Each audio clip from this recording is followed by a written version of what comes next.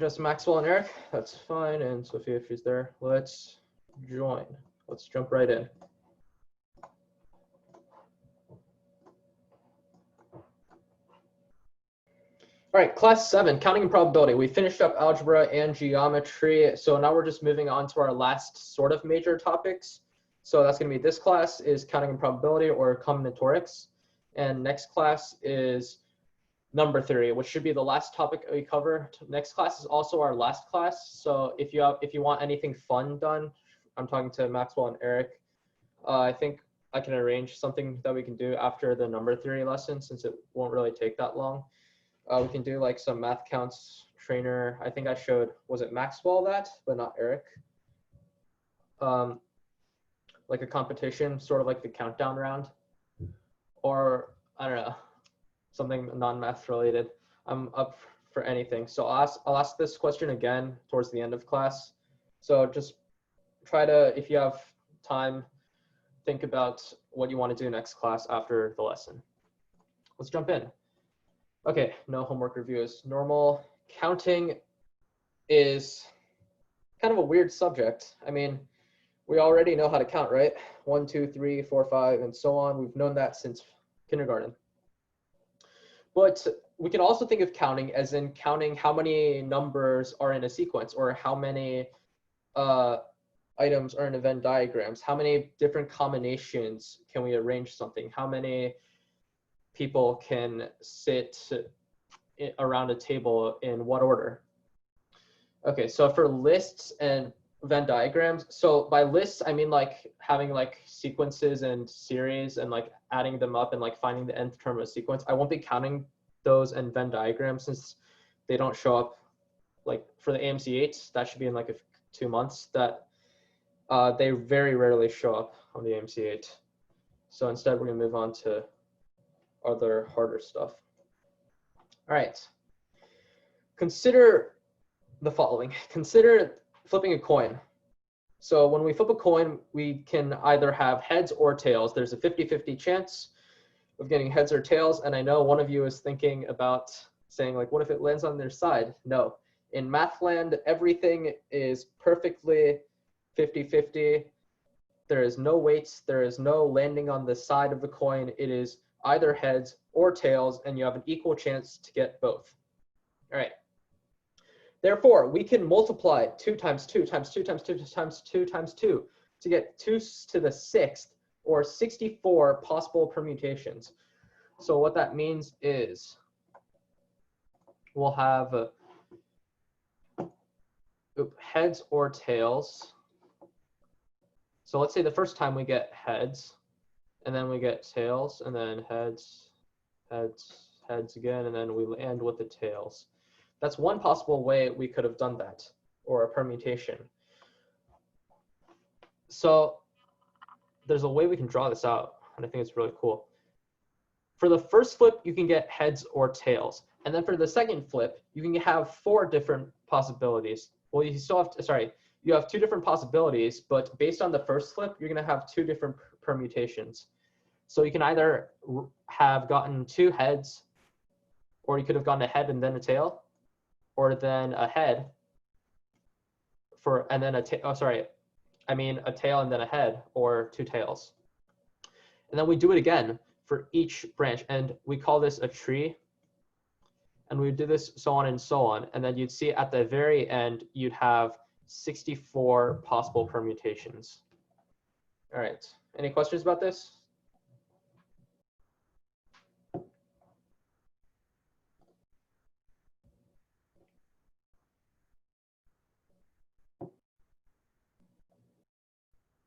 All right, I'll take that as no. So let's carry on.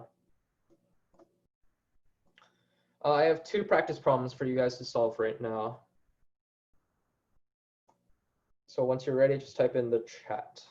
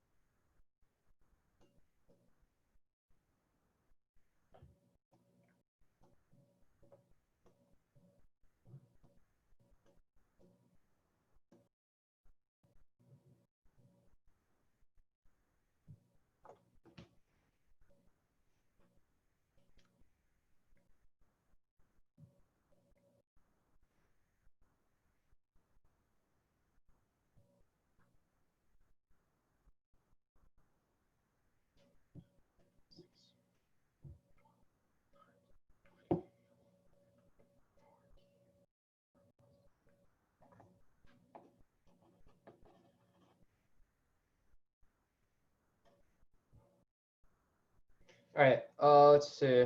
Can I see the chat? All right, Maxwell already got 252 for the first one. So he may have noticed all we're doing is we're multiplying all four numbers together. Hello, Barika. And Skylar. So all we're doing is we're multiplying these four numbers together, and then we get 252. All right, and I'll review this one more time since we just had two people join. You got 243. That's fine. Try using paper if you can. It's fine if you do it in your head, but you'll make way less mistakes if you write it on paper. Okay, so what the question is asking is how many different outfits can we have? So the way we do this is we multiply the amount of instances or events that we can have. So another way to think about this is if I have like 3 different hats, I pick one of those hats and then I choose one of 7 shirts. So 5, 6, 7, 1, 2, 3, 4, 5, 6, 7, 7. So if we just had 3 hats and 7 shirts, I would pick one hat and then I would pick another shirt. So I have 3 possibilities for the amount of hats I choose and 7 possibilities for the amount of shirts I choose. So I just multiply 3 by 7 and I have 21 different outfits. In this case, you would just multiply all 4 numbers together. It doesn't matter the amount of numbers or events. You just multiply together. So the product of all those 4 numbers would be 252 different sets of outfits. That's a lot. You guys can also try doing this just yourself, I guess. However many shirts, pants, shoes, hats, or just shirts, pants, and shoes. How many different outfits can you have? Multiply those 3 numbers together. All right, the second problem's a bit more complex, but I see that Maxwell has already gotten an answer. Maxwell, could you care writing in chat explaining your answer, how you got there? How many odd numbers?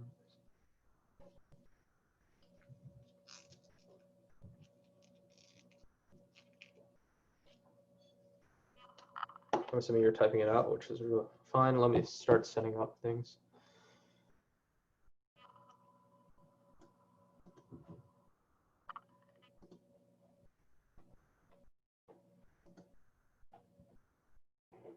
Oh, where did Myri-Ed go? And why are there 2 Myri-Eds? Okay, never mind. 110.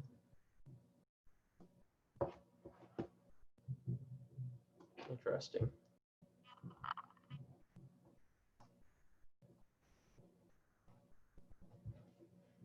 All right, I see what you mean, Maxwell, and you are, of course, totally right. But I think I have a better way of explaining it.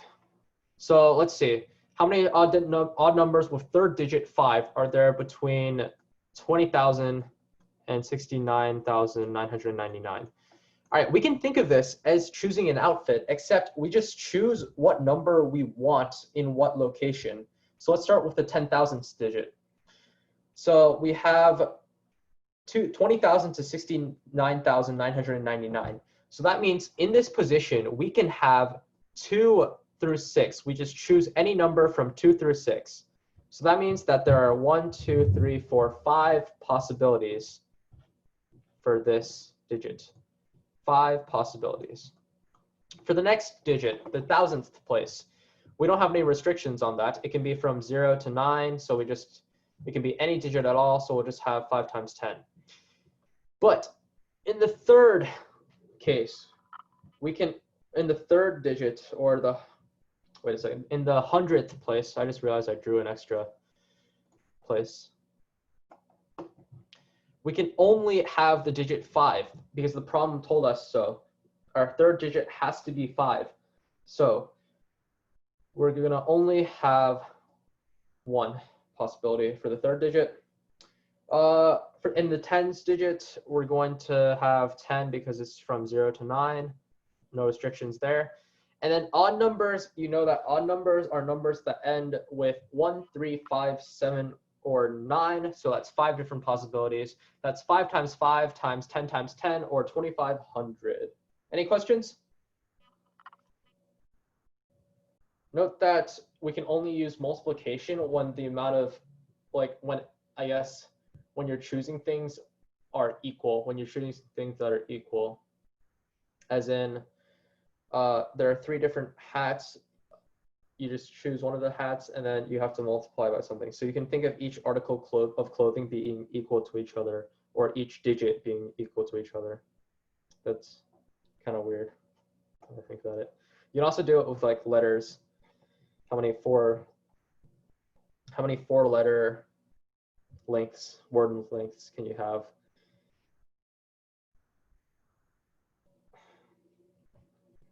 All right, I haven't gotten any questions. Feel free to keep on writing a question if you have one, but I'm going to move on now. Restrictions of multiplications. Yeah, simple multiplication can only work when each event is completely separate or independent of the other. So here I have a different problem. How many ways can I give 5 different Skittles, let's say like red, blue, green, orange, and yellow, to 5 students? How many ways can I give 5 different Skittles to 5 different students?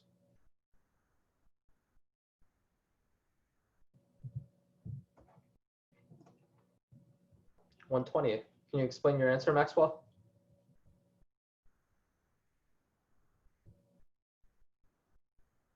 Five. Oh, guess you already know. 5 exclamation mark. What does that exclamation mark mean, Skylar? And why do you have to use that exclamation mark? Factorial, okay. Because you can't give the same Skittle to the same the 2 people. What do you mean by that? Give the same Skittle to the 2 people? Oh, I see. Like you can't give 1 Skittle to one other person. Yeah.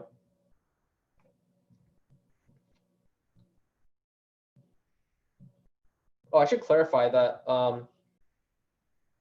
We're giving 1 Skittle to each person, not like give 5 Skittles to 1 person and the rest don't have anything to eat. That'd be an unfair teacher. That'd be unfair of me. Oof is correct. Now I'm hungry for Skittles. All right. All right, cool. You guys are done explaining. I'm glad that you guys get it. So just to reiterate, we have 5 different people. Let's call them Andy, Bella, Chris, D. I don't know any people named D. Derek, and Edward. All right, let's keep these fixed just in the same order. I can give 1 out of 5 Skittles to the first person. So there's 5 different possibilities. But now that I've given, let's say that A picked the green Skittle. Now that I've given the green Skittle to Andy, no one else can have the green Skittle. So that means the next person, Bella, can only have 4 possibilities, and then and so on. We're going to decrease by 1 until we get to 1 Skittle left for Edward. 5 times 4 times 3 times 2 times 1 is going to be 120. And I see that there's a furious debate going on in the chat. Let me try and read. All right, Eric, I guess it starts off with Eric's definition of a factorial. A factorial equals A times A minus 1 factorial. All right. Yeah, so what you did is you created what's called a recursive function, a function that calls itself, within one of its lines. You say, yeah, so what Skylar said is it would go on forever, except that you'd have to note that A, for when A is equal to 1, the factorial will be 1, or rather, and 0 factorial is 1. And Skylar just said that 0 factorial is 1. Actually, Maxwell, do you know what a factorial is? Since I don't think you were a part of the debate. Yes? Okay, cool. 0 factorial is equal to 1. That's kind of weird, right? What do you guys think? Why do you guys think 0 factorial is 1? I want to hear your explanations.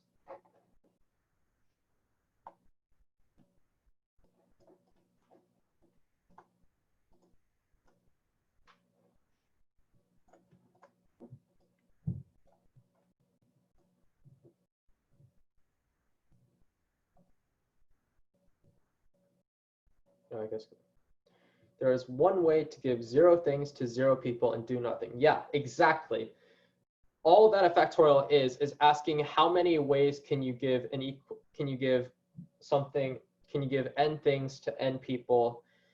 And in this case, since n is 0, you don't have to do anything. I'm doing 0 factorial right now. I'm not giving anything to anybody. Actually, I don't know. You can debate that. What's on this slide? Factorials and permutations. How many ways can n people be seated in a row of n chairs? How many ways can a row of k people be filled from a set of n people? Okay, so I guess you guys already know that the first answer would be n factorial. You can seat n people in the first chair and then n minus 1 in the second chair and so on. How many ways can a row of k people be filled from a set of n people? What does that mean? And what's the answer?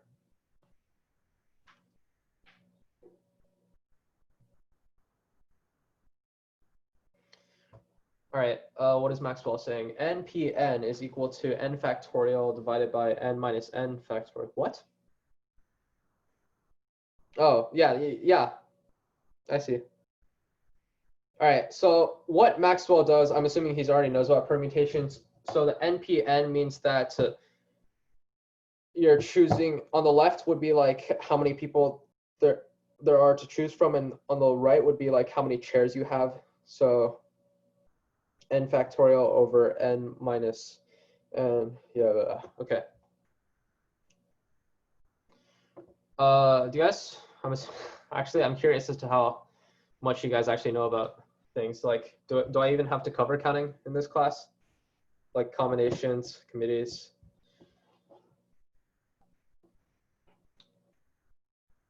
Ooh, careful, Eric. I think you made a mistake. Oh, or maybe not, depending on. Well, yeah, I think you did. I think you swapped the variables accidentally from the question. How many ways can a row of k people be filled from a set of n people? So this is assuming k is less than n. Let's say like you'd have like n minus 1 all the way up to n minus k possibilities. N minus k minus 1. Wait, what? What am I thinking? If there were like 5 people plus n minus k plus 1. So all this is n factorial divided by n minus k factorial times k factorial. We can also call this n choose k. I am confusion. Wait, I'm confused now too. What did I say? There are, oh, what? Oh, I'm sorry. I made a typo. This should be chairs. How many ways can a row of k chairs be filled from a set of n people? I'm sorry, that might have thrown you off. Do you get it now, Eric? All right, cool. All right, we call this n choose k. We're just choosing a k row of people from n. So you should know this formula. N choose k is equal to n factorial divided by k factorial times n minus k factorial. All right. Any questions? 521, halfway through. Haven't even gotten to probability yet.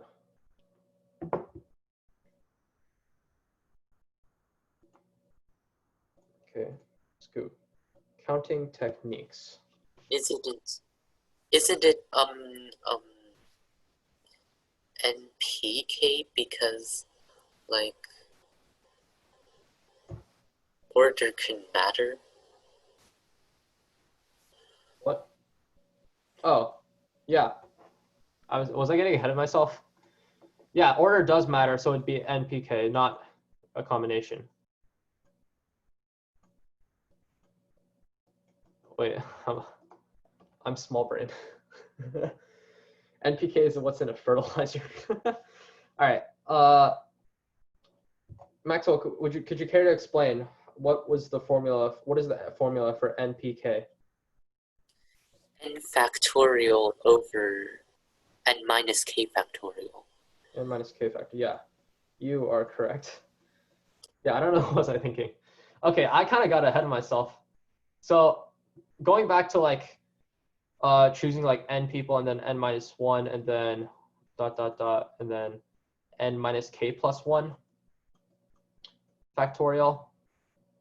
So n minus k plus 1. That means that you'd have to come up with in the numerator n factorial, but in the denominator cross out everything to the right of n minus k plus 1. So you start with n minus k and then n minus k minus 1, n minus k minus 2, and so on. So you'd have to have divided by n minus k factorial. Yeah, I'm sorry. We don't really actually use this notation much, NPK. I think when you go to pre-calc in high school, they'll teach you this notation, but like, and it's sort of official, but like, I guess no one really uses it as much as the n choose k, which I'm going to talk about, which I already talked about, but I guess I'm going to talk about again later. All right, thank you for correcting me, Maxwell. Yeah. All right, counting techniques. So casework, complementary. Do you guys already know this terminology? All three of you are smart people.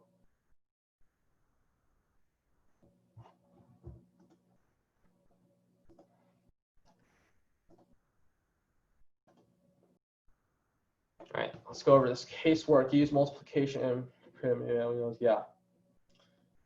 So in this case, it'd be like adding like separate probabilities together for a casework. For like so you choose some case like some case where there's a guy who's has to be sitting to the left, and then another case where there's another guy to the left. It's kind of weird. Casework. I don't know. I can't really explain it. A series of independent choices multiply. I guess we'll see casework problems in the next slide. For complementary, it's really simple. We just count what we don't want and then subtract it from the total amount of possibilities that we have. All right. System complementary. Oh, okay. Excuse me while I breeze through and see how much time I have. Okay, we've got time. Casework was what we were doing before. But for complementary counting, all right, let's start with the first problem. How many three-digit numbers are not multiples of 7? All right. How many three-digit numbers are there? So we have from 100 to 999. So then we'd have to subtract 100 from 999, 999 and add 1. So that's equal to 900 three-digit numbers. And then we have to subtract by the number of the three-digit numbers that are multiples of 7. So that'd be like 105, 112, all the way up to 996, I think. 994. I think that's correct. All right. I've started the problem. Why don't you guys finish it?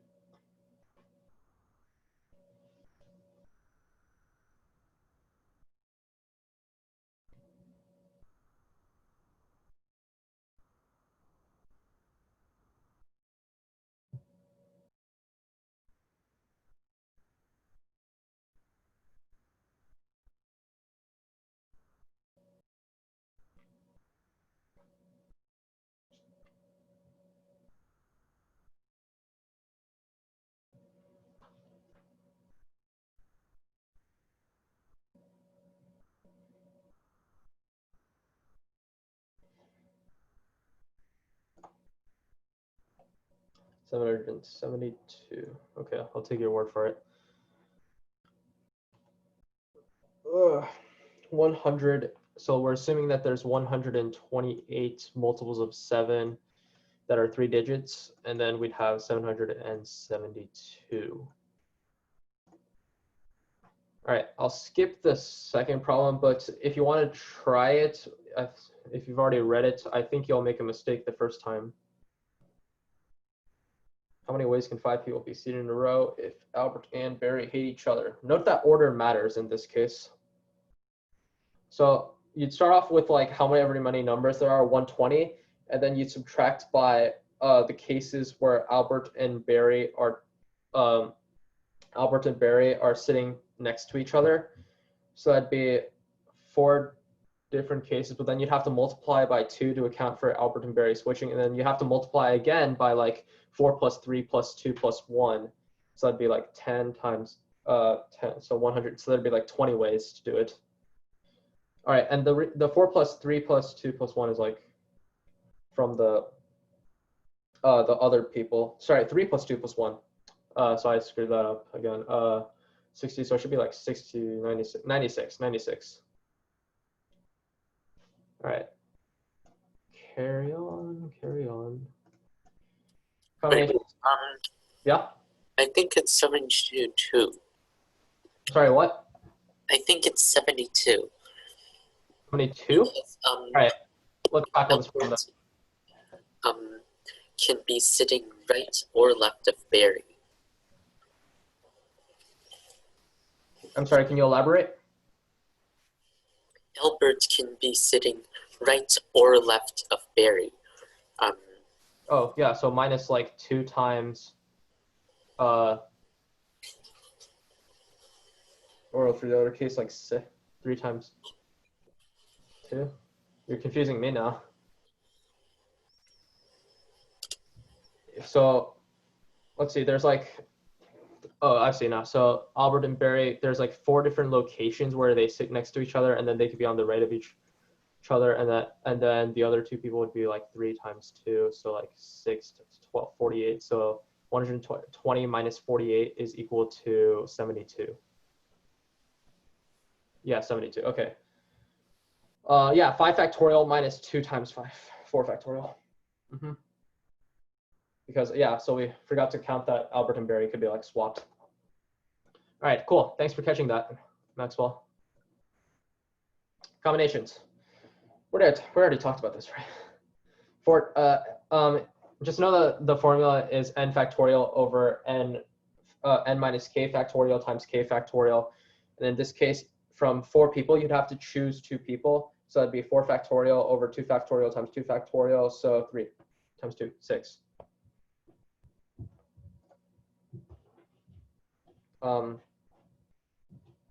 Let's do these quickly. We ignore this one, and then for this one, you'd have 85 factorial over 82 factorial over 3 factorial. And then note that the 82 factorial would cancel out all the 82 times 81, blah, blah, blah on the top. So you'd get something like 85, 84, 83 over 6, which makes the problem way simpler. Okay, yeah, I'll take your word for it. I'm not going to do it in my head. 133, choose 133.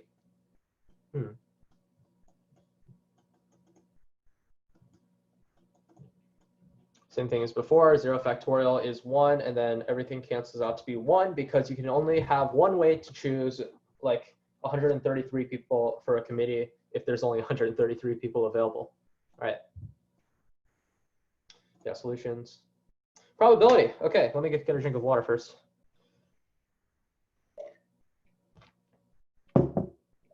What's the chance that something occurs? So back all the way to the beginning, coin lands heads or tails, there's an equal chance of it happening. There's a 1/2 chance of something happening, of the coin landing on heads.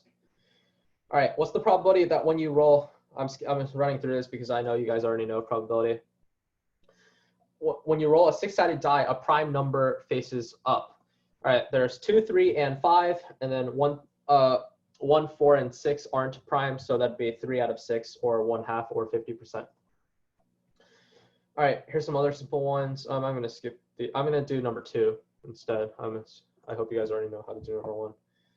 All right, 5 balls are drawn out of the box. Okay, so I'm sorry. So we have 5 red balls and 6 black balls.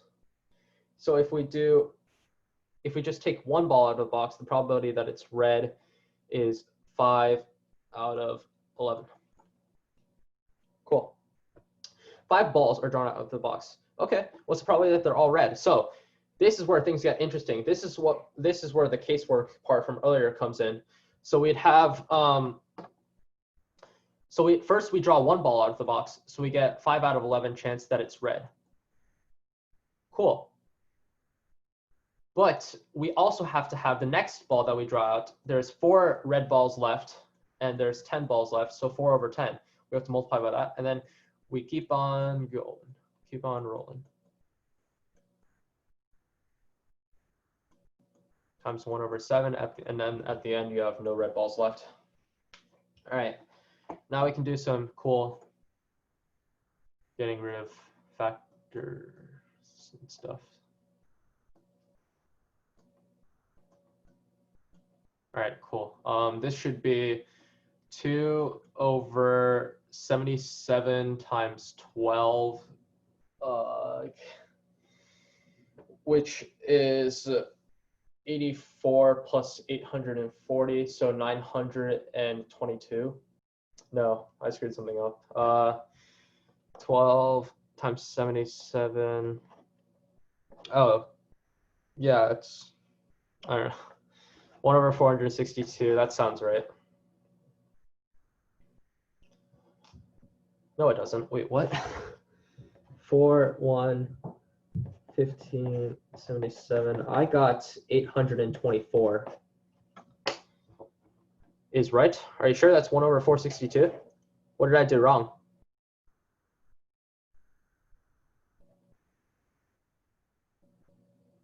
Is right? Oh, was that like an answer to my question and not like you were right? Cancel the 2s. Oh, yeah. I didn't notice that. Cancel this one and this. Oh, that's right. I forgot there's a 2 on the top. So yeah, it'd be 1 over 55 times 7. 66 times 7. So yeah, so 1 over 462. Yeah, thanks for catching that. All right, 5 more minutes left. Solutions, probability techniques, geometry. Okay. So for probability techniques, all you have to know is like you can also do complementary with probability. It's just that you'd have to subtract from 1 because 1's like the total amount of everything. Total over total would be 1. All right. So for geometric probabilities, we're going to use area instead of the number of outcomes that we do. So let's look here. So we have a dartboard. I just stole the Target logo, by the way. If you're wondering where I got such a perfect dartboard, it's literally the Target logo. All right, there's a dartboard. The radius of the smallest circle is 1 unit. The radius of this, with each circle that is greater than the one inside it to have a radius that is 2 units larger. So this is going to be a length of 2, and this is also going to be a length of 2. What's the probability that it lands on a red? Okay, so this is simple. We have to first find them. Let's first find the total area of this. So the dartboard would just be a circle with radius 5 units, so that'd just be 25 pi. And the amount of reds is a bit cooler. So you'd first take the whole thing and then like subtract out the middle circle with the white and the red, and then add back in the red, the smaller inner circle. So that'd be 25 pi minus 9 pi plus 1 pi. Okay. Phew. That is 17 over 25, I believe. All right, did I make a mistake? I don't think so this time. Yeah, no mistake. Excellent. 17 pi. All right, it's a solution. That's all I have in this presentation. So that's basically all the combinatorics that we'd have. So we have 3 minutes left, and with that time, I want to ask you guys what you want to do next class, since what you want to do next class, since I'm just covering a bit of number theory, and then we get to have probably like 20 minutes to do whatever we want. I'm really proud of all of you guys, by the way, for hanging through this whole course. So whatever you guys want to do, a Kahoot with math. Let me show you guys what I did. Math counts trainer, a math Kahoot. I don't even know how to make a Kahoot. I guess it'd be easy to figure out, hopefully. Okay, ignore my AOPS name. All right, we're at state. I didn't study for math counts because I was a bad student, so that's why I'm still at state. Okay. I think Skylar already knows about this and Maxwell, so, or Eric, I don't know, I'll go over it because there's probably someone who doesn't know about this. This is a resource I used on AOPS to study for math counts. They have different levels of round questions corresponding to what level of competition that you're studying for. In this case, let's do state. The population of Expo Town is currently 54,000. So basically what we could do is, like, we could play like Jeopardy basically with these questions. I pull up something, and then the first person to like enter the answer in the chat, I'll enter, and then depending on if they get it right or wrong, and I'll add points or subtract points, and at the end someone gets a prize. You guys want to do that or a Kahoot? So 2 options. This for Skylar. Okay. Eric wants Kahoot. All right, Maxwell, what do you want to do? A Kahoot with like 3 people probably would be fun. Kahoot? Okay. Kahoot. Kahoot. I mean, I don't know. It only lets me have like 4, so okay. I'll make a Kahoot for you guys. All right. All right, it is 5:40. I'm gonna stop the recording. Oh, I can't stop the recording. Never mind. Unless if you have any questions, I think that's the end of this class. I'll post homework and grade homework tomorrow, and I'll post slides right after this class. So next class is a little bit of number theory and then Kahoot. Okay. Any questions? If you don't have any questions, feel free to log out, and I'll see you next week.